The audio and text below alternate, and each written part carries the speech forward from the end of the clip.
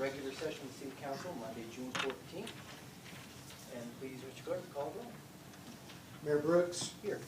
Councilwoman McKenzie. Here. Councilman Estes. Here. Councilman Cassada. Here. Councilman May. Here. Councilman Hughes. Here. Councilman Webb. Here. Vice Mayor Johnson. Here. Thank you, Mr. Clerk. I would like to say a personal note of privilege.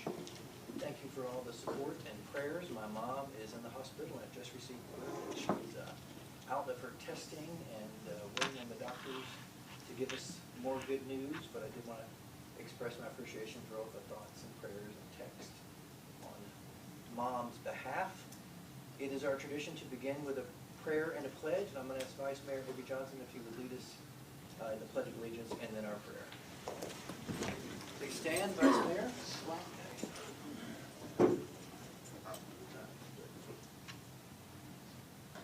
pledge allegiance to the flag of the United States of America and to the republic for which it stands, one nation, under God, indivisible, with liberty and justice for all. Vice Mayor. Let us pray. Father, we thank you once again, Lord, for another day. We just thank you, dear God, for all of your blessings. And thank you, Lord, for the opportunities that are before this council today. We pray, Lord, that we will do unto others as we would have them do unto us. Do what you would have us to do, dear God, in the way that you would have us to deliberate over our agenda. Bless all that are here today under the sound of my voice. Continue to be with our community. Continue to give us, dear God, the wisdom, the insight, and the knowledge that we need in order to do things that will be pleasing and acceptable in your sight.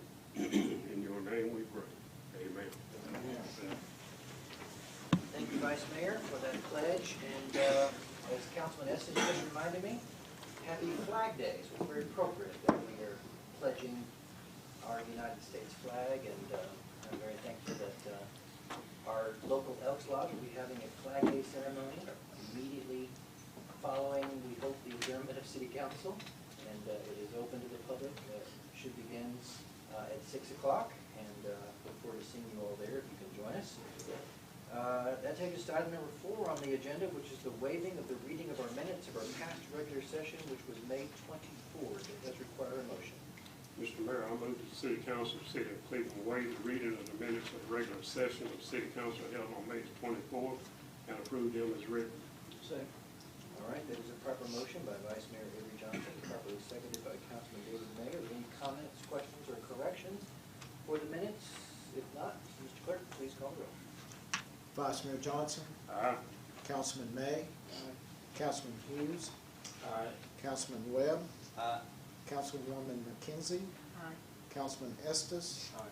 Councilman Cassada. Aye. That carries 7-0.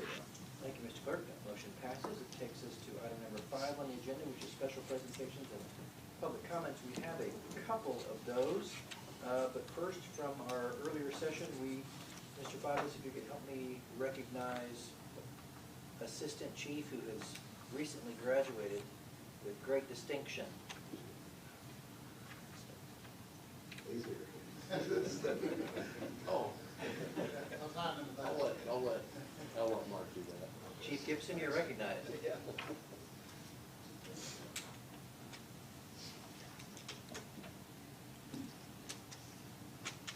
Assistant Chief Smith, we're proud of you and thank you for joining us.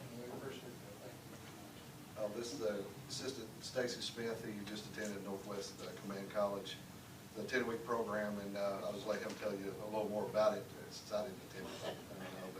But one of the focuses that the Cleveland Police Department has really looked at in the last several years is training. And last year, our officers had an opportunity to go to over 200 specialized schools, and we were able to host several of those schools. And then also we had over 1,500 hours of additional training besides what we normally do every year. So that's been a big focus in building the command staff, building for the future of the police department. Hopefully at some point in my career I can leave it in better hands than I got it in, and also better hands than I could have left it in. So I'll get Stacy Smith, let him tell you exactly what the school is about. And we appreciate you guys and the support that we have, because If it's not for your backing, the city manager's backing, we would not have the funds or the ability to send our officers to specialized schools, and it's a payoff and benefit to our whole community, but we appreciate that. Well, first off, thank you for the recognition, and it's sure good to be home. But Northwestern University, they host what's called the School of Police and Command, and it's a 10-week classroom instruction. At Northwestern University, I know I've talked to a few of you, especially Mr. Hughes, who had a direct connection to Northwestern University, and the understanding of how proud they are of their academics. It's a really strong academic school and a really strong academic program. And they had instructors come down from Northwestern to Nashville, Tennessee, where the school was hosted, and teach several different topics over a 10-week basis. The topics range for everything from leadership to organizational behavior, on into statistics and budgeting, and even all the way down to officer wellness, the importance of that. So it was a lot of work, it was a lot of time, and a lot of effort to complete the school, and that's something to be proud of. But the main thing that you learned, or I did, that I kind of took from that 10-week program, the academics were really good. I learned a lot of stuff that I was able to bring back. But by all the networking and talking to people from all over the country, because that Northwestern's program, it's nationally recognized as one of the top management schools in the country. So you have people from all over the country that will attend this training. And we have people from as far away as South Dakota and Texas and Kansas, and some high-ranking police officials from those things that kind of came and discussed things that they're seeing in their area, as well as the instructors, some from Illinois, Minnesota, and different parts. But by talking to all those people day in and day out for 10 weeks, the biggest thing that I brought back is it kind of reaffirmed to me that we live and work in probably the best city that we could live in the entire country.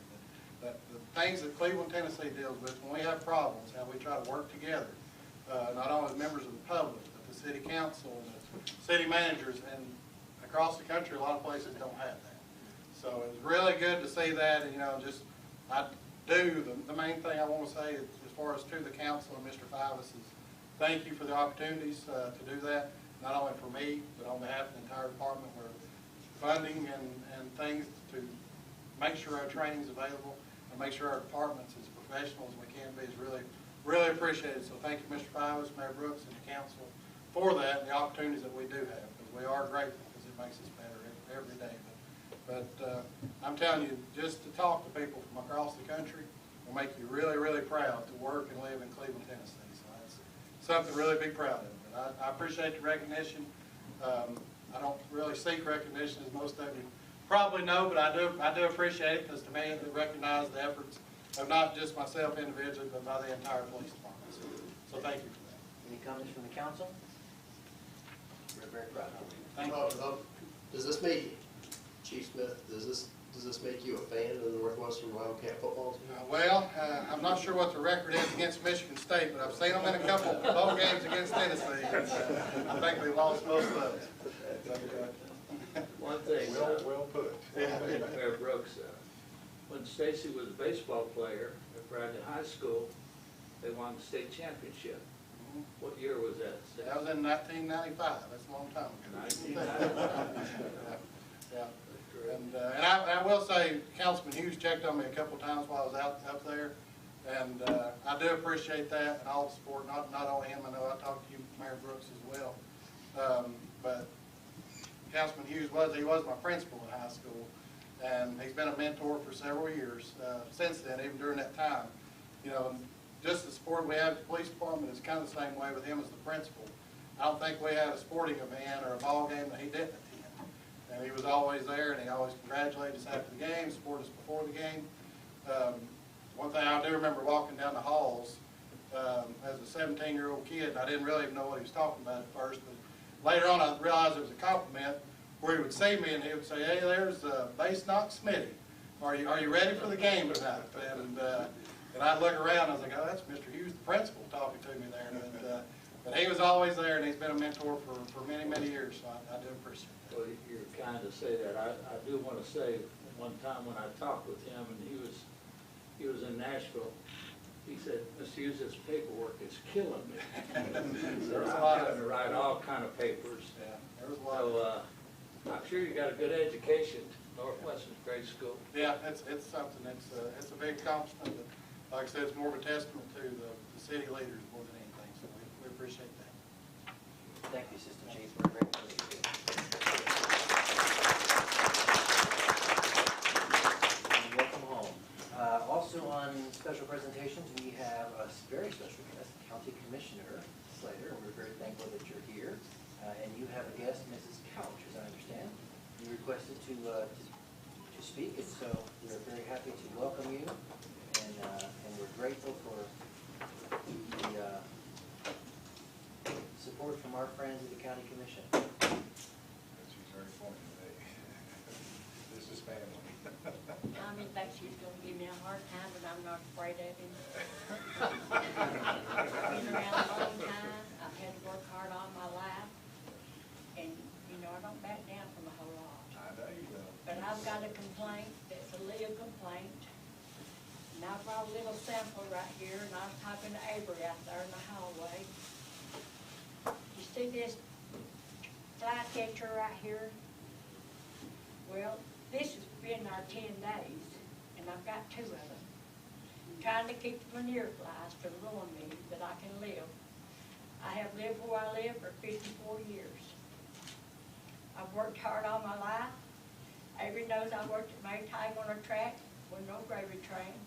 Didn't make no whole lot of money, but I worked there. My husband was sick 10 years, wasn't able to work, and he's been gone 18 years. So for more or less for 28 years, I've tried to provide for myself. And now, Joe K's been to my house, Avery's been to my house, because I've been complaining about this for some time. I live by a landfill. I live by a landfill. And they're nasty. They invented filth. It don't bother them. They've got 14 dogs.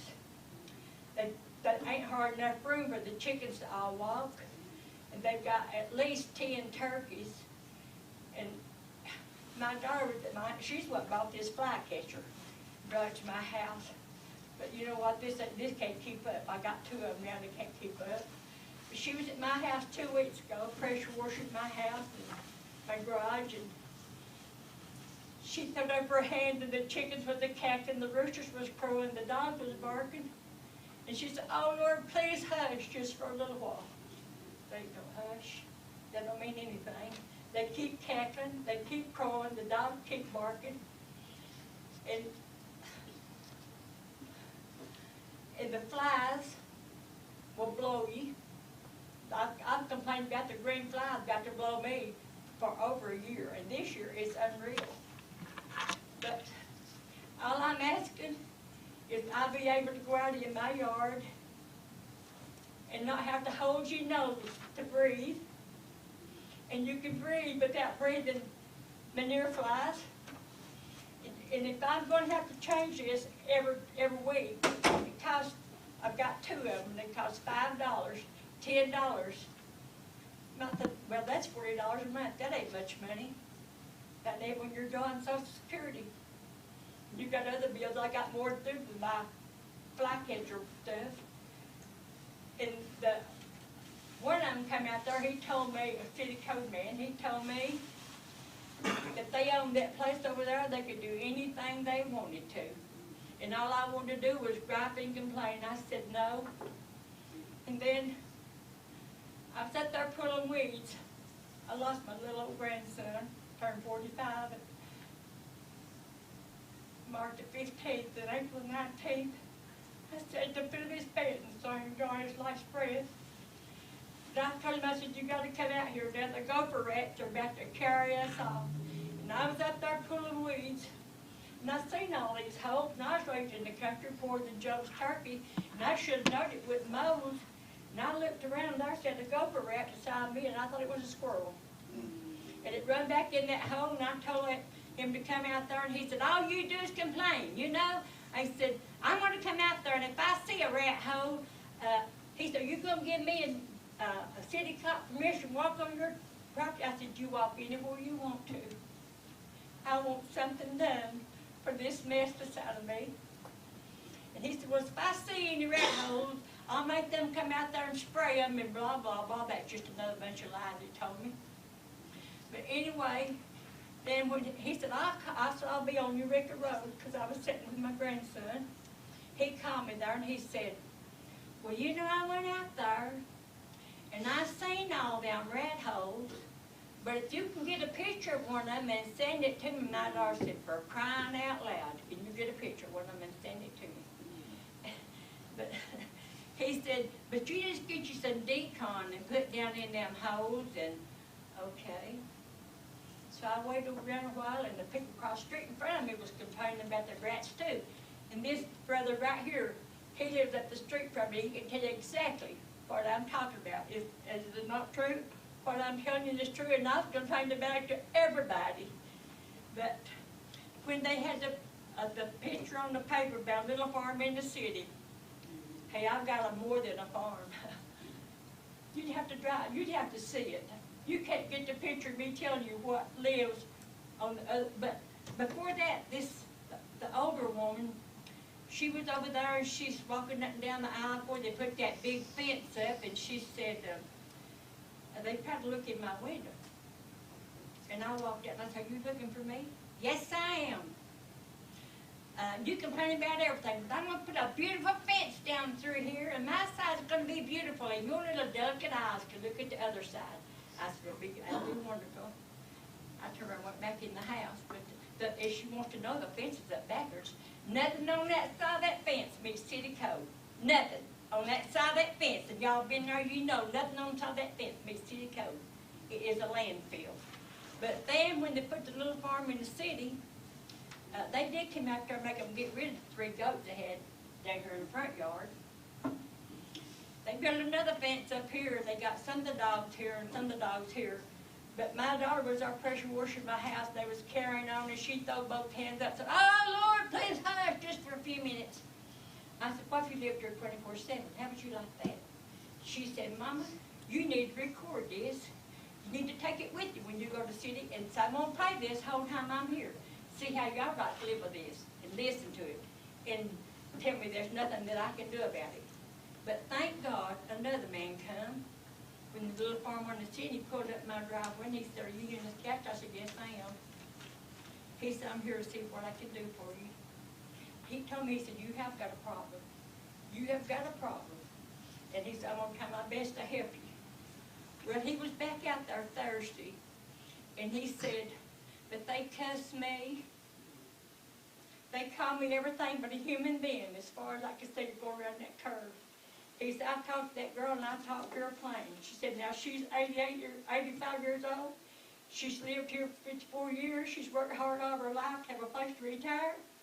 And y'all are not going to treat her like this. She don't bother you. And you better quit hollering at her, quit cussing her, and your kids had better stop it too. But and it has been hell on earth. It's what I live by. And I pay city and county taxes. But they have destroyed my place. And he said, I told him, she's got a beautiful place. She's worked hard to keep it up. But they've destroyed it. They've destroyed it. They wouldn't nobody buy it. They come and they see what's right here. The man in front of me, he said, if I'd seen all them dogs, I wouldn't have all that in front of me. And they cut this road and set a trailer in right here. But it's right in my door. It's right in. The thing about it is, the chicken lot and things, it's as close right here to my back door. They're right in my back door. They cut this road and put the pool in there, and they didn't better make them cover it up. I think he was up there then because it was stagnating and the mosquitoes got this up.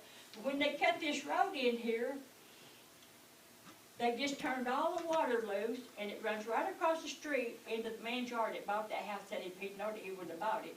In that yard, and when they drain that pool, all that water comes out and goes over there. But I guess that's all right. I guess they own that place, so they told me they could do anything they want to. So, are there no rules? Who they know that I don't know. I told Tommy, he might something about me going to jail. I told him, send me on, that I'd get out. I'll get out because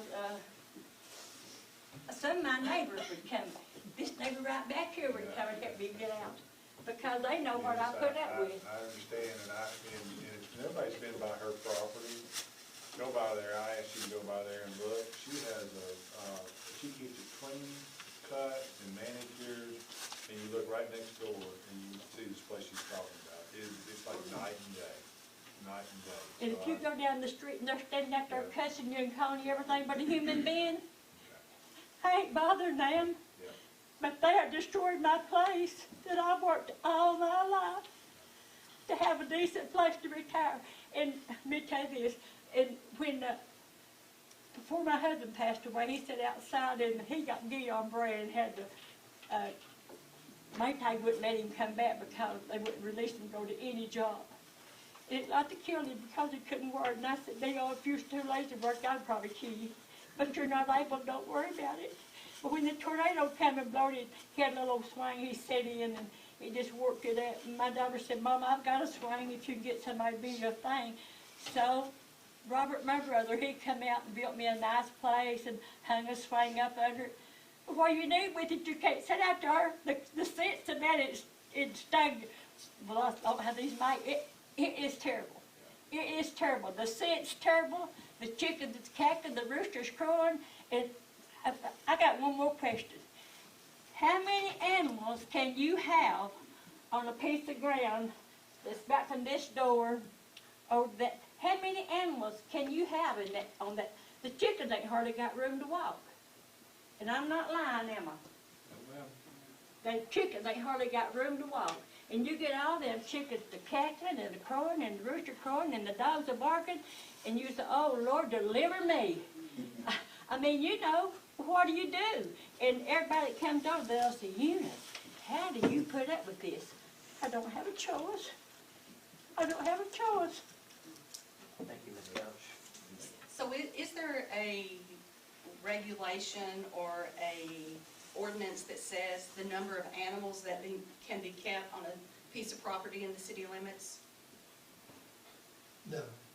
The city does not regulate the specific number of animals that you have, except swine are prohibited altogether. So you can't have any of those. So in your city code, chapter 2, section 10-2-201, rabies vaccination and registration are required. 10-202, dogs are to wear tags. Has anyone verified that all those dogs over there have had their rabies shots and they're wearing their tags?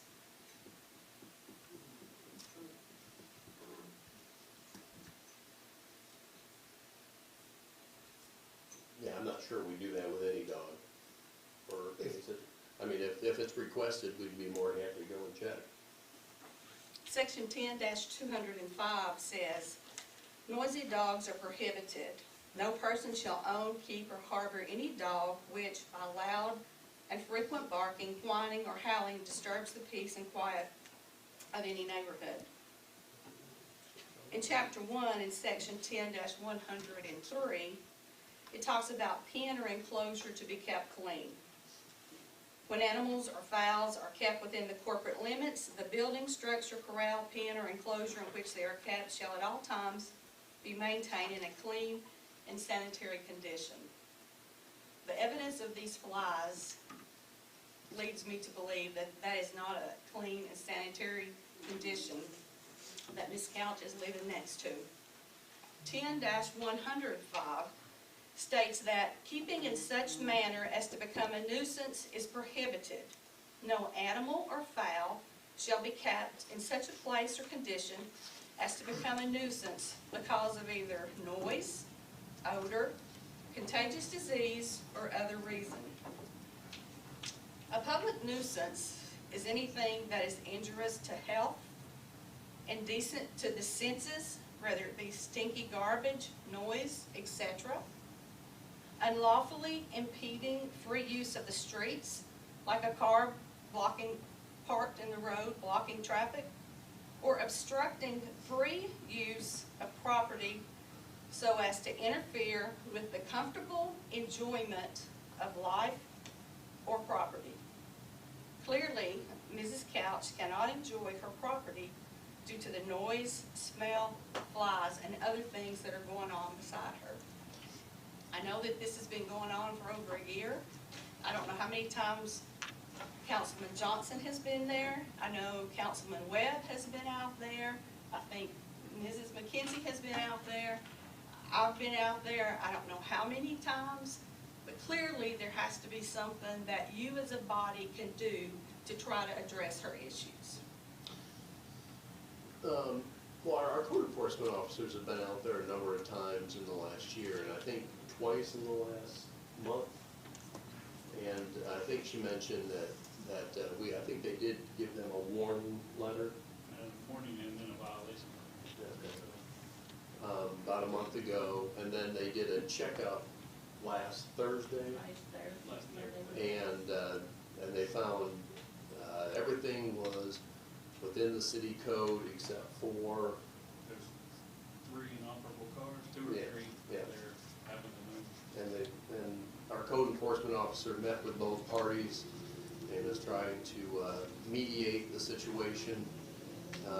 The house in question, I think, by the report, that they were cooperative, and Somewhat, yeah.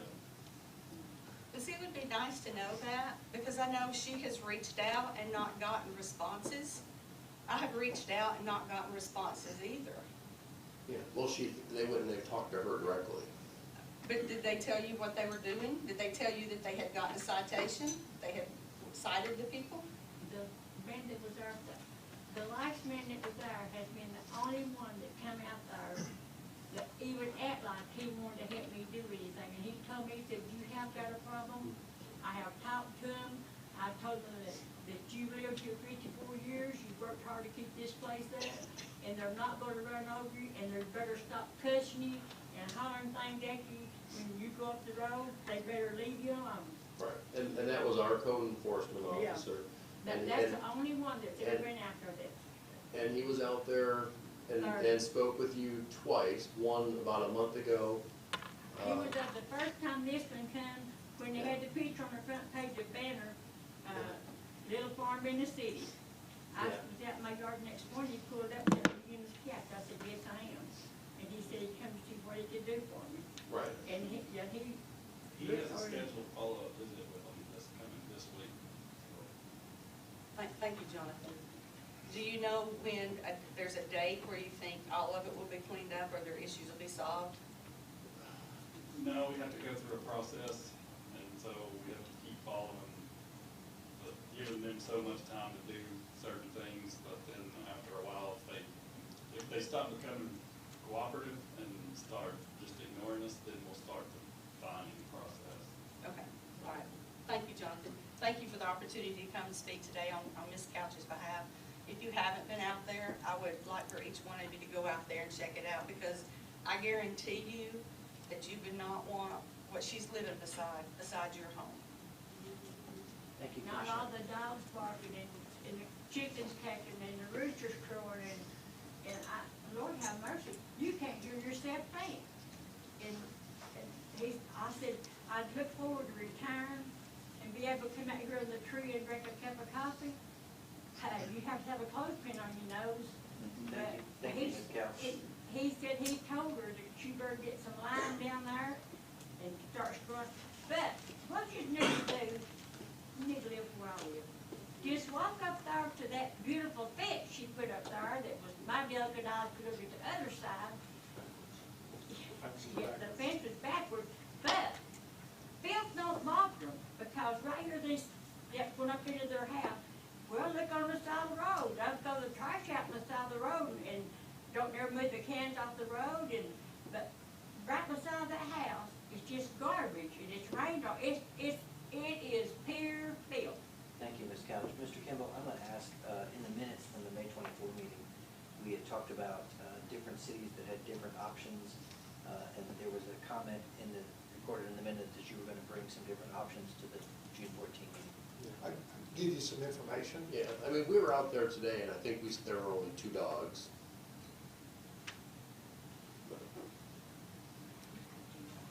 And there may be more, but that's all we saw, right, Jonathan? They got 14. Yeah, we got 2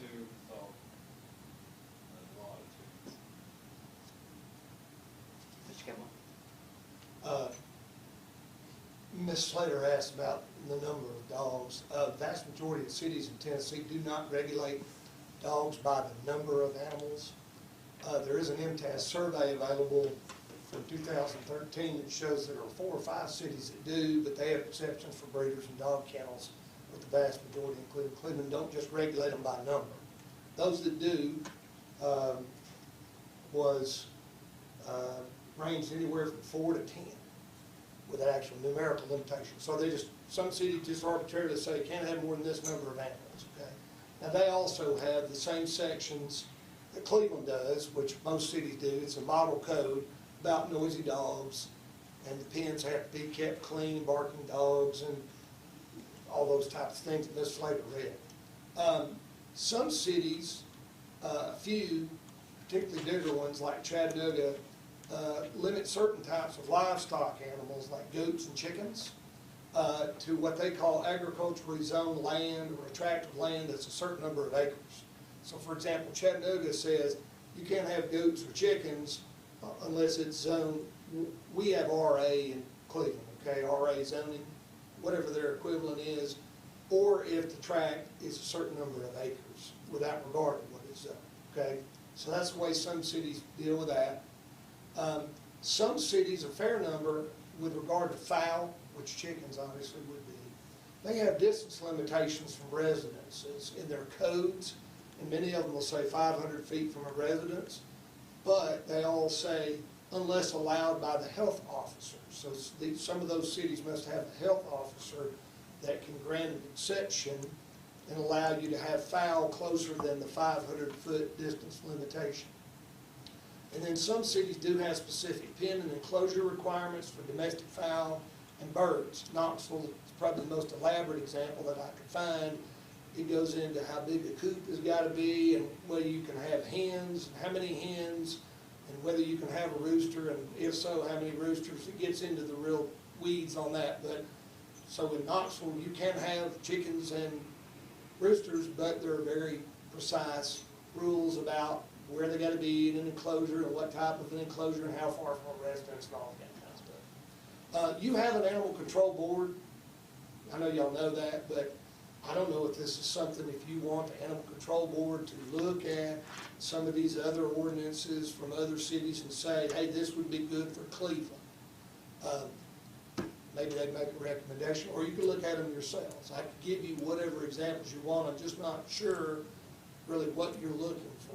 If you want to have a rule, for example, that says no goats, period, anywhere in the city, even RA zoning, I suppose you could do that, but there are a lot of RA zone places, particularly at North Lake Highway, that have large tracts of land with, you know, farm animals, if you want to use that term. Perhaps, you know, maybe the enclosure requirements would help. If these enclosures are right on the property line, you know, that may be too close to her residence. We don't have any specific distance requirement in our code about how far, you know, fowl have to be kept away from the adjoining residence. We do have the regulations that everybody else has, which talk about pen and enclosure must be kept sanitary.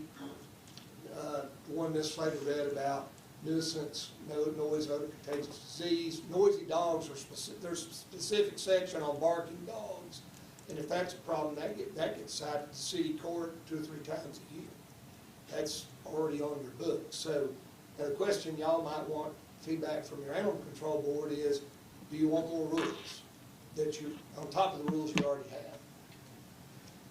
Well, thank you, Councilman. Are there any comments or questions from members of the council before Vice Mayor? Yes, sir. Yeah, I've been out there about 6 times, and I've talked to Ms. Couch, and I've talked to even Cindy. And I've reported it every time I've been there. I've come back and reported to this council. Even the gentleman that's from New York, his family moved out, when he told me that story, I came back and reported that to the council.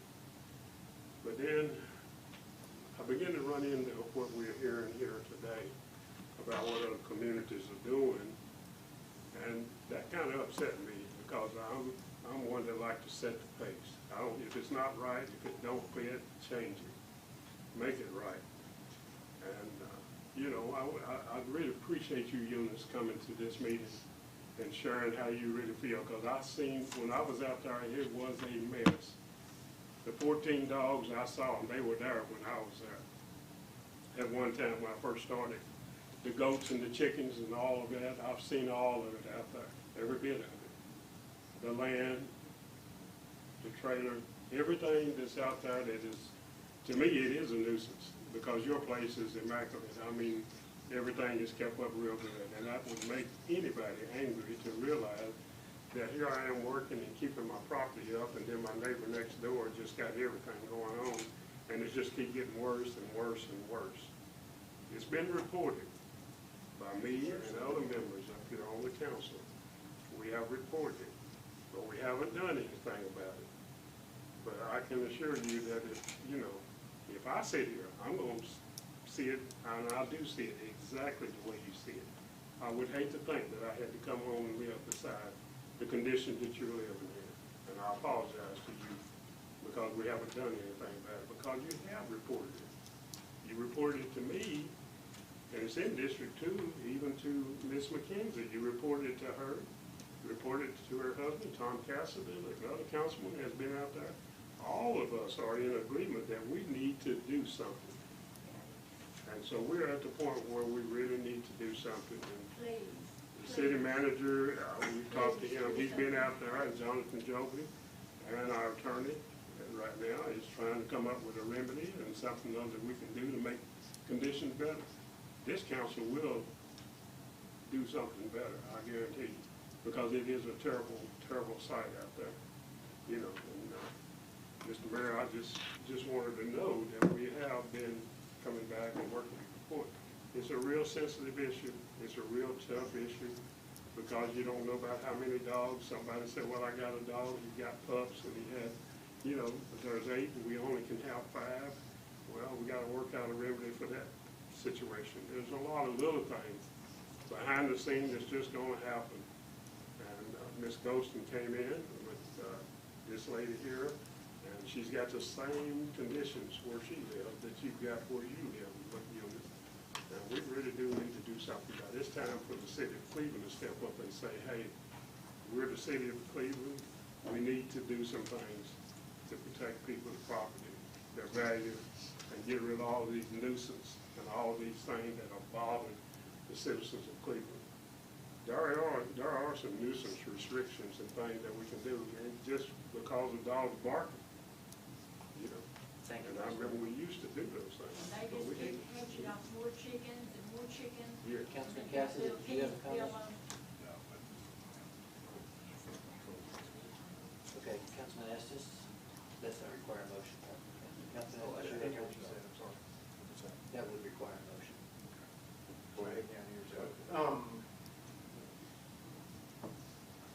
To my colleagues, I think this is something animal control should look at. When our charter was written, the density of Cleveland is so much more than it was then. We can't just annex and grow like we have in the past. It's somewhat fixed. We have more people here. It's not like there's room for what Cleveland was as we become a municipal area more and more. I don't know that we can flush out an answer here, but if Animal Control Board could start with that, they could bring us some options, particularly looking at our density, our size, et cetera. Okay, so we have a recommendation from the council for the Animal Control Board to review the information that the city attorney, Mr. Kimball, has presented to us regarding density and size, acreage, quantities, etc. That would require a motion from the council. Yes, Mr. Mayor, I'd like to have a motion that we do that.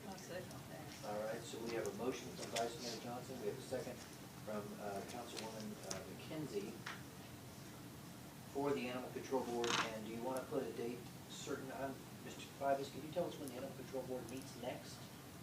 Not right this second, I'll get it for Every a few meeting once minutes. a quarter, Mayor, so if we do something like this, I'd ask for that group to Call meet, meeting. call a meeting and try to get this thing on track so we can get something back and work on it.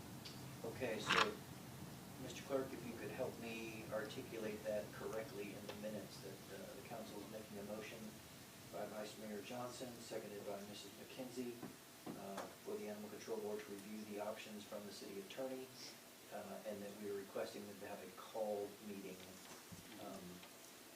at the earliest convenience of the board's availability. If this is a friendly amendment, I mean, multiple animals, not just goats, not just chickens, but just about anything you can think of, you know, would fall under those We need to categories. review the whole policy. Yeah.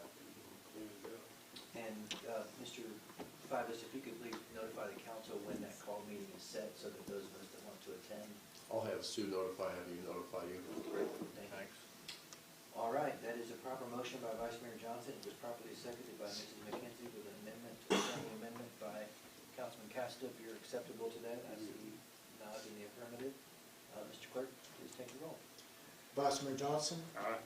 Councilwoman McKenzie, Councilman Hughes, Aye. Councilman Webb, Aye. Councilman Estes, Aye. Councilman Cassada, Aye. Councilman May. That carries 7-0. Thank you very much, Mr. Clerk. That motion passes. Mr. Munn? Yes, sir, Mr. Webb.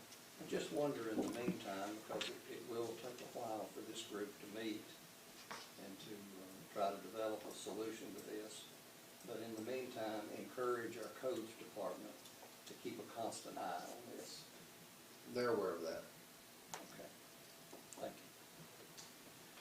All right, so we have heard from Mrs. Couch and Commissioner Slater. We have heard from Assistant Chief Smith. We have one final presentation from Councilman Cassada. I'll let you make the introductions. Yeah, appreciate it, Mayor.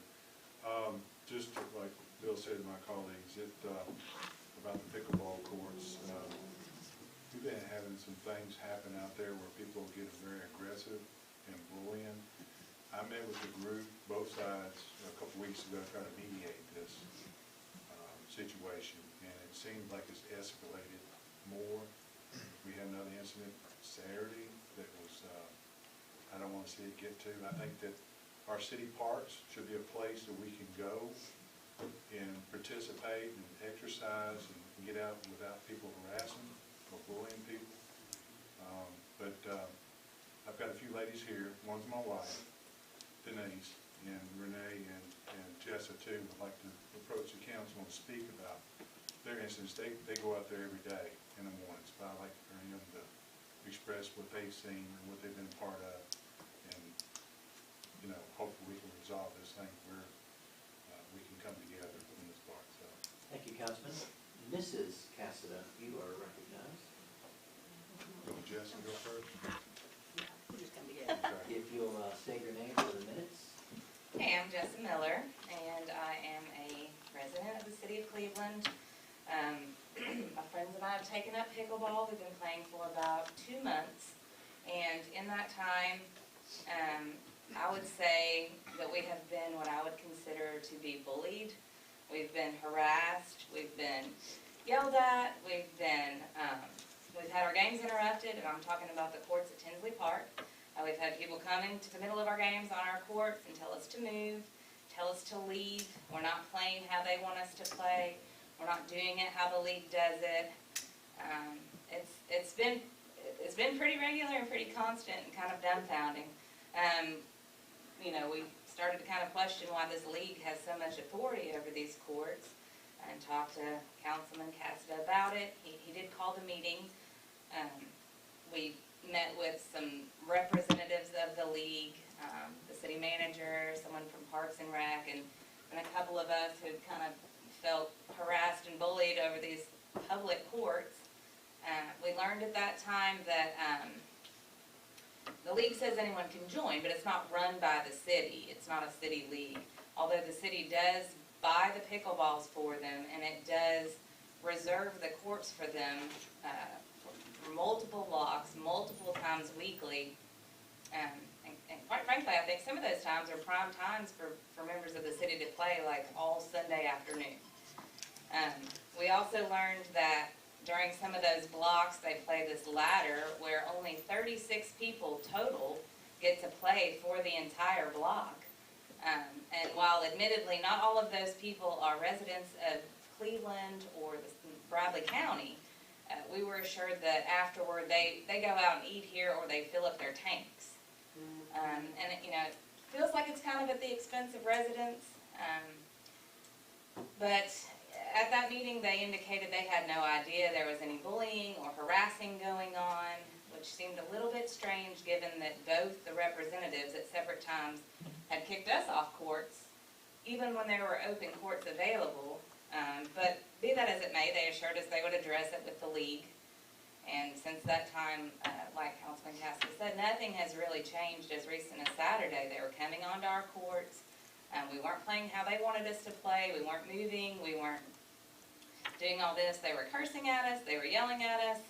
It just made it for, again, an overall unenjoyable experience. I don't generally run to the city council every time I have a grievance, and it does seem a little bit comical. I'm talking to you about pickleball, but I feel like this league has been granted too much authority with respect to these courts. And I think they're taking advantage of that, and I think they're bullying people who aren't playing how they would have them play. And I think they're harassing people who aren't playing how they would have them play.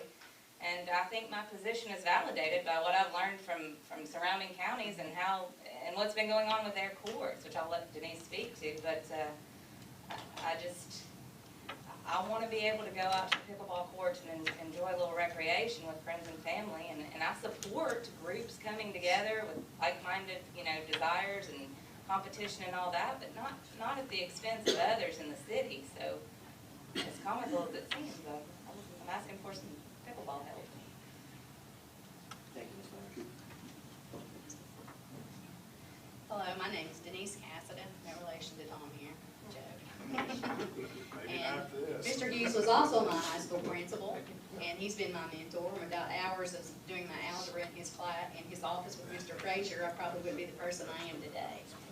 But anyway, I'm like Jessa. I try to work things out. I'm an adult. I try to be respectful of other people's time.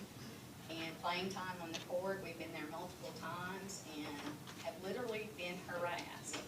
And it has been real bad, men and women, when we're there as women by ourselves. We've had our children there and put them on the side table there so we could watch them play. And unlike some of these people, we're still working. So we either have sitters or we've got to, go to work at a certain time, so we come early. Well, we've been told that we need to move down to the far court, that they will watch our children. Now, I don't know about you, but nobody I know that I don't know is not going to be watching my child. And I don't like being asked in the middle of a game that I've been there too long, I'm not playing the ladder rules, just different scenarios. And like she said, by people that aren't even residents here. So I did a little research, and I called Collegedale. Collegedale does not reserve courts, open play only. They have issues with aggressive players, and those players have been banned from the court. It's gotten so bad that they're going to arrest these people if they come back for trespassing. And this is all in the Pickleball USA League Association, whatever you want to call it. Also, I called East Ridge, and they are thinking about starting a league too.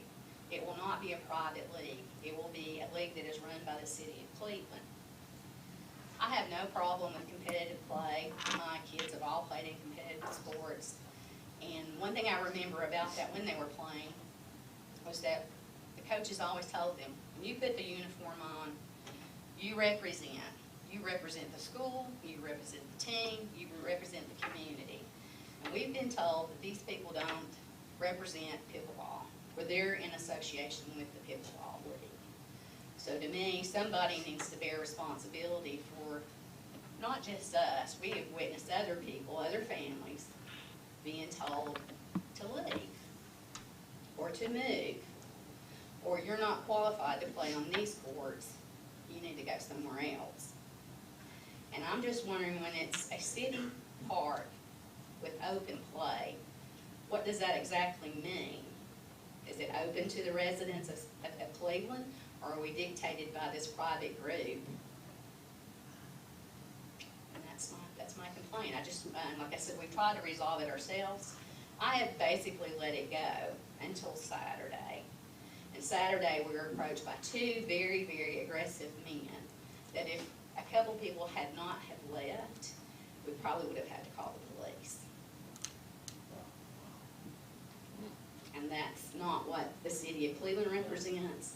That's not what the residents want. It's a family area. I know these people want, and I understand competitive play. You get in the zone, you're in the game, you want to, you want to win. It's very competitive.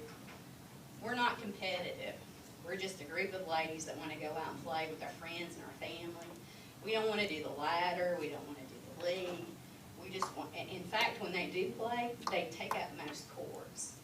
So there's not an open court. Even during reserve times, even when it's not reserve times, they want to take up most courts. And like I said, we've complained multiple times, and we just don't know where else to turn, and we'd like to make it on record or it won't get resolved. And like Collegedale said, we need to nip it before it gets any worse. Thank you. Thank you, Mrs. Cassida. Are there any questions from members of the council for Mrs. Cassida or Mrs. Miller? If there are, the floor is open for questions. Mr. Mayor Hughes? Brooks, I'd like to hear from Patty Petty about reserve courts versus free time. Yeah. Yes.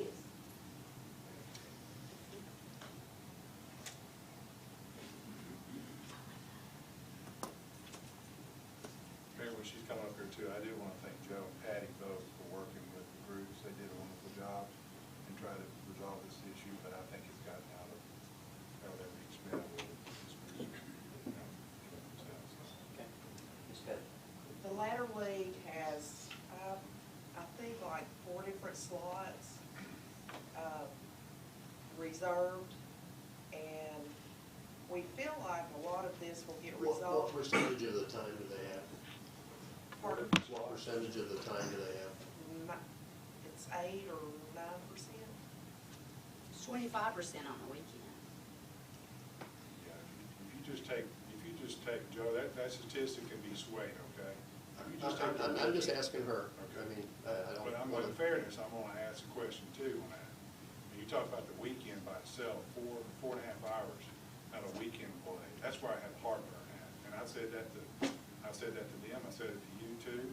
And I think it's taken away from their city taxpayers that wanna play pickleball, that you're limited to only 36 people that can play for 3.5 hours. I have to disagree, and I respect your. Well, there's not disagreeing, is that the total time for the week is 8 or 9%. Is what? Is 8 or 9%. Patty, when are they? What time is blocked off for the groups? They have Friday mornings, I think, Friday and Sunday afternoons, and then, is it Monday nights? Monday or Tuesday. Monday or Tuesday nights. And Tuesday morning. And Tuesday morning. And, when we open the centers back up, they use the centers for the Ladder League. And I think this will solve a lot of the problems. So when you say open the centers, College Hill, And Southside, South Cleveland. South Cleveland, Campus. They've been playing down there for 12 years. But we will be glad to look into different cities' rules and post rules. Yeah, because I think at the last meeting we had, we said, hey, we'll put together new rules. I mean, because they asked the question on open play, what are the rules? And we said, it's basically anyone can play at any time for as long as they want. And we offered both groups to, well, we'll go and we'll put rules together that this is how you proceed with play. And they said, no, they want to keep it open. So we can go back and. Rules. I'm sorry? That they didn't need more rules, but we'll be glad to put some together because. So who's that they didn't need more rules? I'd like to speak to that if I may.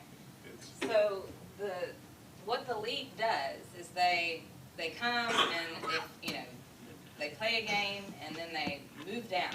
Or if any game finishes, they move down and let people waiting come play. And so he was saying, well, we'll just make a rule where we just say you slide down and you play. Well, respectfully, I don't want to play with strangers in their ladder. And I'm not an advocate for coming out there and taking up the court for 5 hours at the expense of others who are waiting, but, I mean, if I get a sitter for my 10-year-old, and my friend and I, or my husband and I go out there and we want to play for an hour, I don't think that's unreasonable. If there's not a court available, I have to wait. If there is a court available, I'll play for a reasonable amount of time, and then I'll leave, but I don't want to be forced to play one game when I'm paying for a sitter, and then go wait for 45 minutes. I think the way that Ooltewah has done it, or Collegedale, is they put a sign up that said, please limit play to an hour when people are waiting, you know, or something of that nature. But to implement the slide rule, which is what the league is asking for, and they all come out and they rotate, I just don't think that really speaks to public courts and first come, first served type deal. Thank you, Ms. Miller. I have a question for Ms. Pettit. I've heard multiple comments about people that aren't taxpayers. So is the Ladder League run by Clevelanders or? Yes. Okay. So that was question number one. Question number two, Councilman Caston made a comment about all courts were blocked. So is there room in the rules for the city of Cleveland Parks and Recreation to say there will always be an open court, at least one at all times, not blocked, so that when taxpayers who vote for us want to play pickleball, that they would have that right? I feel like we could do that if that's what your wishes are.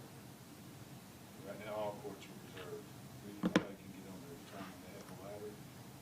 All courts are reserved, it says it right here. Parks and Rec put it out there. Thank you, Ms. Pettit. So I am at the will of the body. Hey, Mr. Mayor. when you're talking about, when the other parks are open, that it tends to eliminate some of these problems. So they play pickleball, playing other places than Tennessee. Oh, yeah, they've been playing at the centers for 12 years. Okay. But they're not open now. No, community center isn't. College Hill is, and they've been playing some over there, but we're having camps, so we can't really open it totally up to pickleball. Councilman Caston? Yeah, when we have outside organizations that come in that wants to use courts, pavilions, whatever, is there a charge for that, Patty? Not for leagues. Your league is different. This is a private association. So, okay, you won't go there. All right, let's go a little bit further then. If I had a league or organization or whatever, and I wanted to get space, or if I want to have space, I can just come to you and say, I've got just one, I have space, and that'll be it. I'll be granted without being charged for that? It's a difference from a league, like softball league, soccer league, basketball league. Right. But that's all ran by the city. The city has a program where everybody gets to sign up. No, leagues are not all run by the city. So everything we do in there, you got other, can you give me another example? Soccer is run by the Soccer Association. Swimming. Swimming is run by Water Dogs, Aqua Tigers. Is there problems with this, that sometimes the War Dogs have an open swim or something, and all of a sudden people close the public? I mean, I haven't heard any complaints. Well, the one comment that concerns me the most is aggression. Yeah. And And I would agree. ask, Yeah. you know, whatever we've got to do as a city, God forbid you get aggressive with Mrs. Brooks. I can't speak from Cass. This is unrare for my wife to come in and do this, but she felt like that, you know, because what she's seen, and when I've experienced it too. I was out there one Saturday morning playing with them, and I had to calm them down a little bit and explain to them that it's an open session. We don't set the rules. It's open. When you have your ladder, you can do whatever you want to your rules, but you can't dictate to the city. Well, they're trying to dictate. So was this was on Saturday? This is on Saturday, and they come at 9 o'clock, and all of them come in, and they start saying, this is the way we do it in Cleveland. Right. It's a So silly is it an association or league issue, or is it just aggressive people that No, there's? it's part of the league that they come out and play. But they don't have, They don't have it that time, but they're trying to. on Saturdays, they don't have it. They don't have it, but they're out there telling and dictating to people what they need to be doing. So it's just aggressive people. Yeah, well, it's like me being on a it's swing not at that- Deer Park. We It's got not 3 like- swings, and I'm on a swing, somebody comes in and says, hey, you gotta move. You gotta move a ladder, I got time, I need a swing. So it's aggressive people, which is a problem. Yeah. Councilman Hughes is going to comment. Yes, sir. Well, a part of the aggressiveness, I got a call while there was an argument going on the court, and I don't mind telling you because he said, use his name. Turner Jackson, who's the athletic director of Bradley, was playing with another person, and a lady came on the court during their game and said, you need to leave. Your time's up. And he said, well, he said, this is not league time. He said, this is free time. She said, yes, but we need your court. So he was asked to be here today and is out of town. But this was just one part of the aggression when they walk on the court and say you're finished, and they have no authority to do that.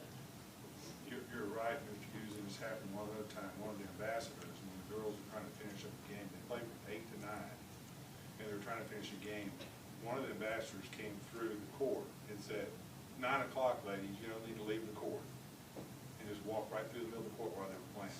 So how inconsiderate can that be for people? And I don't have tolerance for inconsiderate. When you do for one, you got to do for all. It's a slippery slope we're going down. If I've got a walking club for 100 people, Patty, I'm going to ask you from Home Depot to Greenway to close that park down from 7 to 9 because we want to walk. What's the difference me asking that than asking this group, a league that you don't, I mean, the city doesn't even have a part of not to grant that right. Do you want to eliminate the league? I mean, if you do, No. that's fine. No, I'm just saying that there's a precious time. I do want Sundays taken off. I do ask that. All courts reserved from 1:30 to 5 on Sundays. And that's prime play for our residents who wants to go out there and play. Now, through the weekdays, when you have slower times, I don't mind them giving times on that part. And then when we get lights up, they're going to come back to us and ask us for more playing time. You wait and see. One thing I think we need to differentiate is between the league and Saturday there is an event with people that are not being, or being aggressive. Yeah. And I think the being aggressive piece, my suggestion with this is to give Patty and her group one more time to try to resolve that and try to come up with a better standard. We can talk to more people. And I think before we make any decisions, I think that our Parks and Rec people should have a chance to figure out where we need to go. Yeah. But when it comes to Joe, I shared this with you the other day when they mentioned my name, because I had this, trying to mediate a program, they actually told 5 other people at that time that Tom Cassidy doesn't make rules up. I'm not trying to make rules up on that part. And by telling those 5 people, they're gonna get out and tell everybody else, I'm the bad person. I'm not the bad person. I'm trying to resolve this before it got to council. Right. And I spoke to him. I said, look, if we have to pick between 100 people, and some of those people don't live in our county, they live in Chattanooga, live in Min County, live in Polk County, I know they do. If we have to pick between 100 people and 50,000 people, I think council will make the right decision on this. Okay? I don't think there's, I mean, there's a lot of good people in this league. I want to say this too, on the record. But there's a few on there that are very, very aggressive, and the league doesn't want to say anything about it. The thing Saturday that happened, they had an ambassador out there. That person didn't say anything to those people, say, look, this is an open play, we don't have the right to say anything or do anything. So the league does not take care of themselves. So But this was not a sanctioned league time. This No, was it wasn't, this but was they were trying to this was an dictate. independent people with independent, aggressive people making really bad choices. But it No. happens during league time also. It Can happens I during speak their to that? reserve time. Yeah, Jessica? I would just say that I understand it's not during the sanctioned league time, and quite frankly, most of our grievances are not during that time because we It's, you know, they have the courts reserved. So we're playing on times when it's not sanctioned. But when they come to people who don't know the rules, and they've got it posted on all the gates that Parks and Rec, on Parks and Rec letterhead, has reserved to the league, and the league gets to do this and that, and they buy the league balls, and then people outside of the sanctioned league times come and tell people who are trying to play on the courts that you need to move, this is the league has control. It's somewhat validated because people don't know, and they see all their postings, and they see all this stuff. And that's 100% wrong. I mean, I think open play, if there's not a tournament going on, it is open play. We're not, I think Patty and I have the agreement that if it's open play, people can play as long as they want. They can follow the etiquette or they can't follow the etiquette. Is it's open play and they can play for as long as they want. And I think we need to be, I think there's a communication issue here, and I can't speak to where that is, but I think with some work, I think that Patty and her team can fix this issue. Or at least set up a framework that we can be more successful and look what other communities do. Because I think the league during their times is one thing. If it's outside of their times, then it's people just being aggressive. And that's part of that league too. They come and play. Well, but that's not part of the league. I know, but Councilman Hughes, you want to? Hey, if you turn this over to Paul Wyrick, is Paul in charge of the league? Okay, so you're working with him on that. He's the one that they set up all the times with. I see. I have gotten multiple compliments, Chief Gibson, on your SRO staff who's been patrolling the Greenway and downtown and walking. I would just ask that if we could add the Tinsley Park pickleball courts. Try to get this figured out. better yet, maybe we need to hire a pickleball officer out there. To stay out there. I don't know. Like that. Yeah. Okay, thank you, ladies. Yes, Councilman Estes. She's not on the agenda under petitions. This Before is we the move time. on? Public comments, this is the time. Ms. Pugh, welcome back, although we know who you are. If you could restate your name. I'm not Ms. Mayor, real quick, could we have a follow-up? What were we gonna do about this, Joe? What was your intent on this pickleball thing? Well, it's really the council's decision. My suggestion is, it's a real issue. I mean, there's no question about it. But I think we need to differentiate between the league time and people that are being bad actors. They may be part of the league, but it's not but they're not speaking for the league. And I think Patty is going to come up with a framework, working with some other folks, and having probably some real honest conversations that we can do that. I mean, I think that's why we have them to fix situations like this, and I would ask that we allow them to do that. Can I ask council members how they feel? I'm sorry. I was correcting myself, I just. Can I ask council members how they feel about 3.5 hours on every Sunday afternoon, taking time away from our public? Certainly. On that part, if that, I don't really think that's appropriate to reserve court time between 1:30 and 5 on Sundays when it's active for our people to get out and play, but they can't get out and play. So that's one thing I would like to do. If I have to make a motion, I'll make a motion on that part. I'm thinking that Patty she'll come up with a schedule. If there is such a window that you can allow them to have access to the court when other people are. You know, on the weekend, everybody's available. Nobody's working. They could go there, but you don't want them to go there with the league and try to hog up all the time and Well, that's all what's the happening on courts. Sundays. On Sundays. On So, Sundays, Yeah, 1:35. I think Patty could probably come up with a schedule and kind of get it worked out to where that they can be allowed to use it at a certain time, but then not just come in and just take over everything every day and every time, because I would hate to be on the court and then somebody come and say you got to leave, and they're not even soccer league pay a fee? Does the players pay a fee in the soccer league? And county players play more And than they, the city players. they pay also? The soccer league, they pay a fee, right? Yes. And we get No, not to us. To Greater They pay To to Greater register, Cleveland. the kids play. But county residents pay more. Do you think we ought to pay, that somebody outside group like that ought to pay to come in and use in city parks? Or you think we'll just leave that where, I think with leagues, I think you need to just let them utilize the facilities. okay, well, I would ask you to call Collinsville and also East Ridge on that part, Patty. Joe, I would ask you to do the same thing and talk to the directors of both of those, okay? I can talk to a lot with TRPA, I can get. I mean, just having a phone call, just call, I'd ask you to do that. Okay?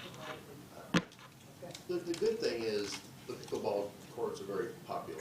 I'm just a little worried when we get the lights put up, what's gonna happen? Yeah, that's my bad. It's like, The lights will alleviate some of this, because it increases the time. Increases the time. It increases the time. So, I didn't play last week. I played with them last week. Councilman I Webb. didn't play the ladder last week.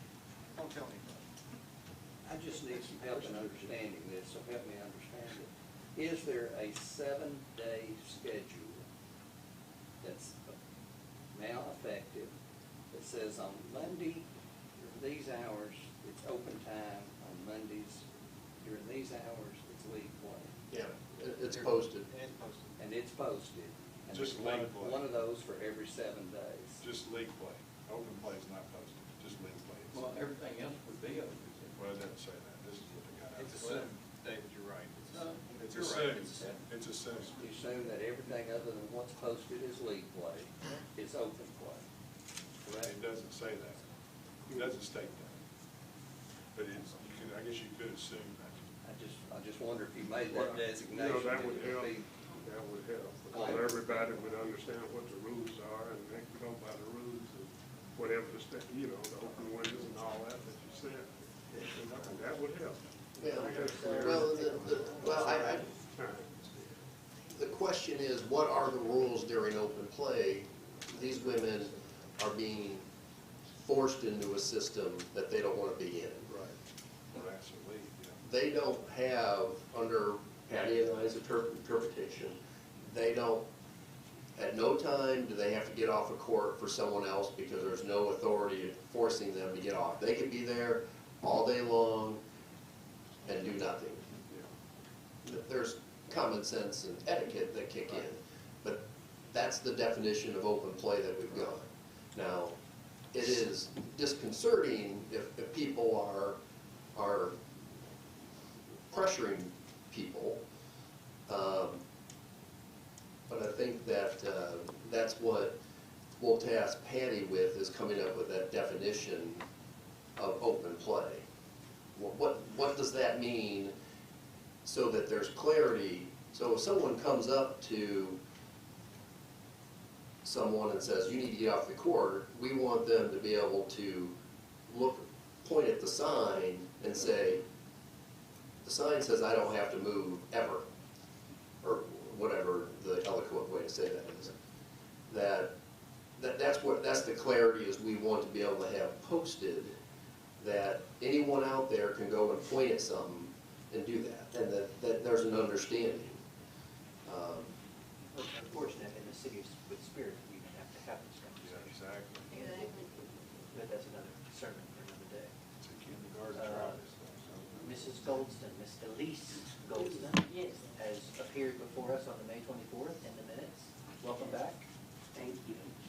I have some pictures. I know now that my small farm has trumped mine, but I have some pictures of the goats in my yard from the last time we met. Yes, ma'am.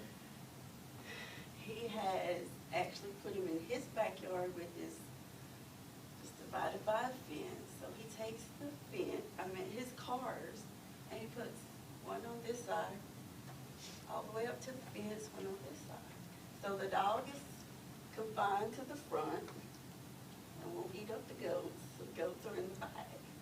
But he has 4 other lots that he's renting that's there with all other junk. boats and barns, just vehicles. I don't understand it. This is the only house on this road. I don't understand.